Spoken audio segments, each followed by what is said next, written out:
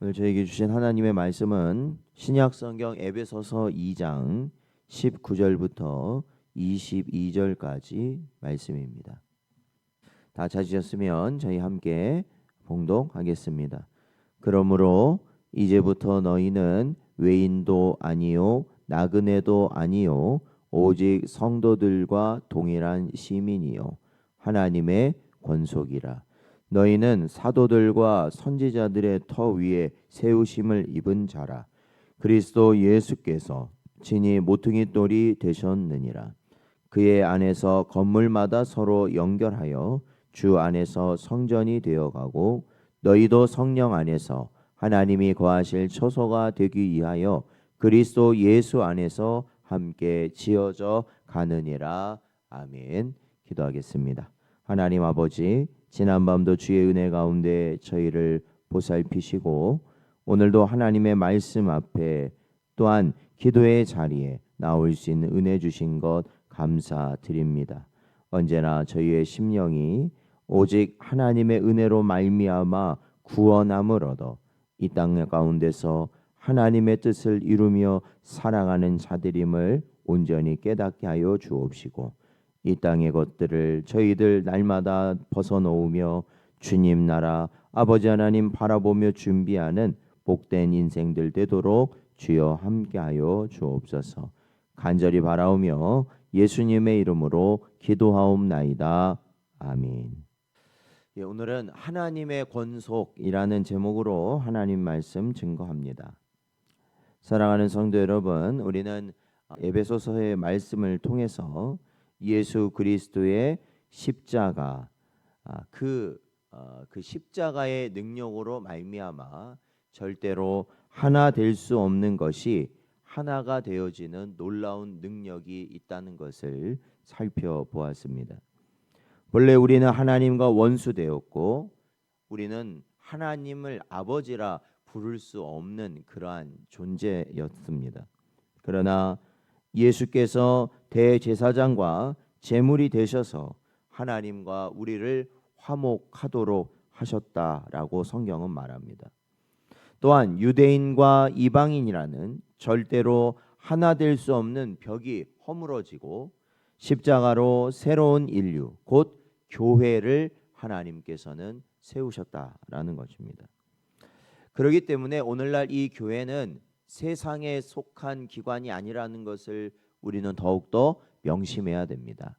물론 나라에 속해 있고요. 저희가 이 나라의 법과 그러한 제도에 저희가 따라야 되는 것은 현실입니다. 그럼에도 불구하고 이 안에 구성되어 있는 우리 성도들은 언제나 하나님의 나라를 바라보며 또한 하나님의 법이 우리의 법이 되고 기준이 됨을 언제나 명심하고 우리가 세속화되지 아니하고 이 길을 끝까지 가야 하는 게 바로 교회라는 것입니다. 그래서 교회는 모든 것을 어떻게 하느냐? 예수 그리스도 안에서 하나 되게 만든다라는 것이에요. 그래서 오늘날 이 사회의 이 갈등과 분열의 이러한 모든 모습들이 있지 않습니까? 이념적, 정치적, 지역적, 세대적 그 모든 갈등은 더욱더 심해져 가고 있습니다. 그래서 사실은 뭐 바깥에서 보자면은 어디 지역 출신이라고만 해도 아니면 나는 어떠한 이념을 갖고 있다 그러한 그걸 유추할 수 있는 말만 들어도 서로 상대방을 아예 바라보려 하지도 않는 것이 오늘날 이 시대이지만 교회는 그러면 안 된다라는 거죠. 왜? 교회는 오직 예수 그리스도만을 바라보는 곳이고 또한 그 예수 그리스도로 말미암아 이 땅의 모든 벽들이 허물어지는 곳이 바로 교회이기 때문에 그렇습니다. 바로 오늘도 이 시간 주의 말씀을 듣는 저와 여러분이 그러한 시대적 사명을 또한 그러한 주님의 십자가의 능력을 언제나 경험하고 감당할 수 있는 복된 여러분 되시기를 축원드립니다. 오늘 본문은 그 은혜의 결과 우리가 어떤 존재가 되었는지를 우리에게 가르치고 있습니다. 19절에 보니까 우리는 하나님의 권속이다라고 말하고 있습니다. 본래 우리는 외인과 나그네였습니다. 하나님 나라와 언약에 속할 자격이 없는 이방인이었다라는 겁니다. 그러나 이제는 더 이상 외인도 아니고 나그네도 아니고 하나님의 백성과 같은 시민이요 하나님의 가족이 되었다라는 거예요. 이 권속이란 말이 결국엔 가족이라는 말이거든요. 하나님의 가족. 그러나 이 가족이 된다는 것은요 단순히 특권만이 아니라 책임이 함께 주어지는 자리다라는 것입니다. 우리가 이제 가족이 우리도 이 땅에 가족이 있잖아요. 아버지가 있고 어머니가 있고 자녀들이 있고 그러면 아버지는 아버지의 책임을 다해야 되는 거고 어머니는 어머니의 책임을 다해야 되는 것이며 자녀들은 자녀들의 책임을 다해야 된다라는 겁니다. 그게 가족입니다. 어느 한 사람만 모든 것을 한다. 이거는 가족의 모습이 아니에요. 그게 또 그 가족의 유익이 되지 않죠. 하나님의 가족도 마찬가지입니다. 하나님의 가족이 된다는 것은 사실 특권을 받는 거 아니겠습니까? 그러나 그와 함께 책임도 같이 져야 한다라는 것이에요. 우리가 원래는 싫어하고 거부하던 길, 심지어 주님은 뭐라고 말씀하십니까? 하나님의 가족이라면, 너희가 진정 하나님의 가정이라면 원수까지도 사랑하라 말씀하신 거예요. 그러니까 그게 책임이라는 겁니다. 성령께서 우리를 변화시키셔서, 그렇죠? 원래 우리는 이러한 것을 할 수 없지만 성령 하나님께서 우리를 변화시키심으로 우리는 이 하나님의 뜻을 자원하여 따르게 하신다라는 것이죠. 빌립보서 2장 13절 14절 말씀 보면 너희 안에서 행하시는 이는 하나님이시니 자기의 기쁘신 뜻을 위하여 너희에게 소원을 두고 행하게 하시나니 모든 일을 원망과 시비가 없이 하라 말씀하고 있습니다. 왜 하나가 될 수 있느냐? 왜 우리가 모든 걸 자원해서 할 수 있느냐? 하나님의 성령께서 우리 안에 하나님의 뜻을 이루고자 하는 뭘 주신다라는 겁니까? 소원을 주신다라는 거예요. 그게 나의 소원이 된다라는 거죠. 쉽게 말하면 하나님의 뜻이 나의 소원이 된다. 예배를 드리는 것이, 기도하는 것이, 주를 위해 헌신하는 것이, 나의 것을 주님께 아낌없이 드리는 것이 누군가에 의해서 강제적으로 그게 되는 게 아니라 그것이 나의 소원이 된다라는 것이에요. 그것이 나의 소원이 된다. 그러므로 우리가 그 일을 원망과 시비 없이 오직 주를 위해서 온전히 감당할 수 있는 자들, 그게 바로 하나님의 권속들이다라는 겁니다. 그러므로 오늘 우리는 하나님의 자녀들로서 그분의 기쁨을 따라 살아가는 자들임을 기억해야 하는 것이죠. 또한 오늘 본문 말씀 20절에서 21절 말씀을 보면 모퉁이 돌 대신 예수 그리스도에 대해서 설명하고 있습니다. 사도 바울은 예수님을 모퉁이 돌에 비유합니다. 그러니까 이 모퉁이 돌이라는 것은 이 건물을 지으면 이 건물의 그 구석에 이 지지하는 기둥을 받치는 돌입니다. 그러니까 이 어떻게 보면 이 건물을 받치고 있다라고 봐도 무방합니다. 왜냐하면 그 돌이 그 흔들려 버리면 기둥이 무너져요. 그 기둥이 무너지면, 구석의 기둥이 무너지면 건물이 세워질 수가 없거든요. 굉장히 중요한 돌이죠. 그러니까 예수님을 바로 그런 모퉁이 돌에 비유했어요. 그래서 이 모퉁이 돌이라는 것은 결국 건물의 시작과 중심이 되는 돌인데 이 돌이 없다면 건물은 무너지게 된다는 거죠. 그러니까 쉽게 말하면 예수님이 계시지 않는다면 우리는 다 무너지게 되어 있다라는 겁니다.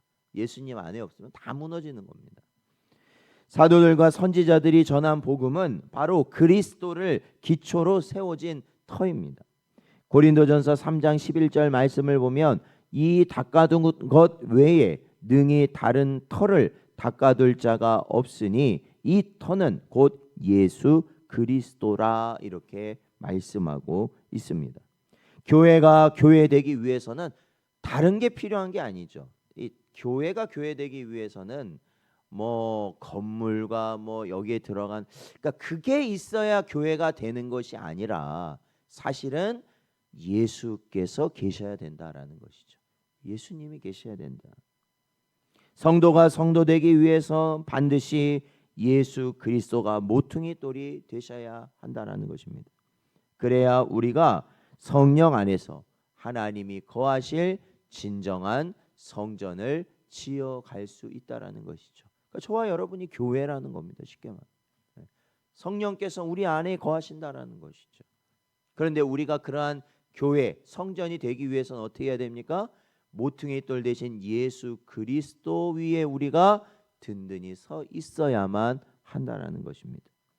사랑하는 성도 여러분, 오늘 말씀은 우리를 하나님의 권속으로 부르신 은혜와 모퉁이 돌 대신 그리스도의 필요를 우리에게 분명히 가르치고 있습니다. 교회와 가정과 우리의 신앙이 무너지는 이유는 다른 거 없습니다. 예수 그리스도 위에 서 있지 않으면 다 무너지게 되어 있어요. 다른 터 위에 집을 세우려 하면 다 무너지게 되어 있다라는 겁니다. 그것이 권력일 수도 있고, 그것이 물질일 수도 있고, 아니면 인간적인 지혜일 수도 있는데, 그러한 것들 위에는 절대로 세워질 수가 없다라는 것이죠.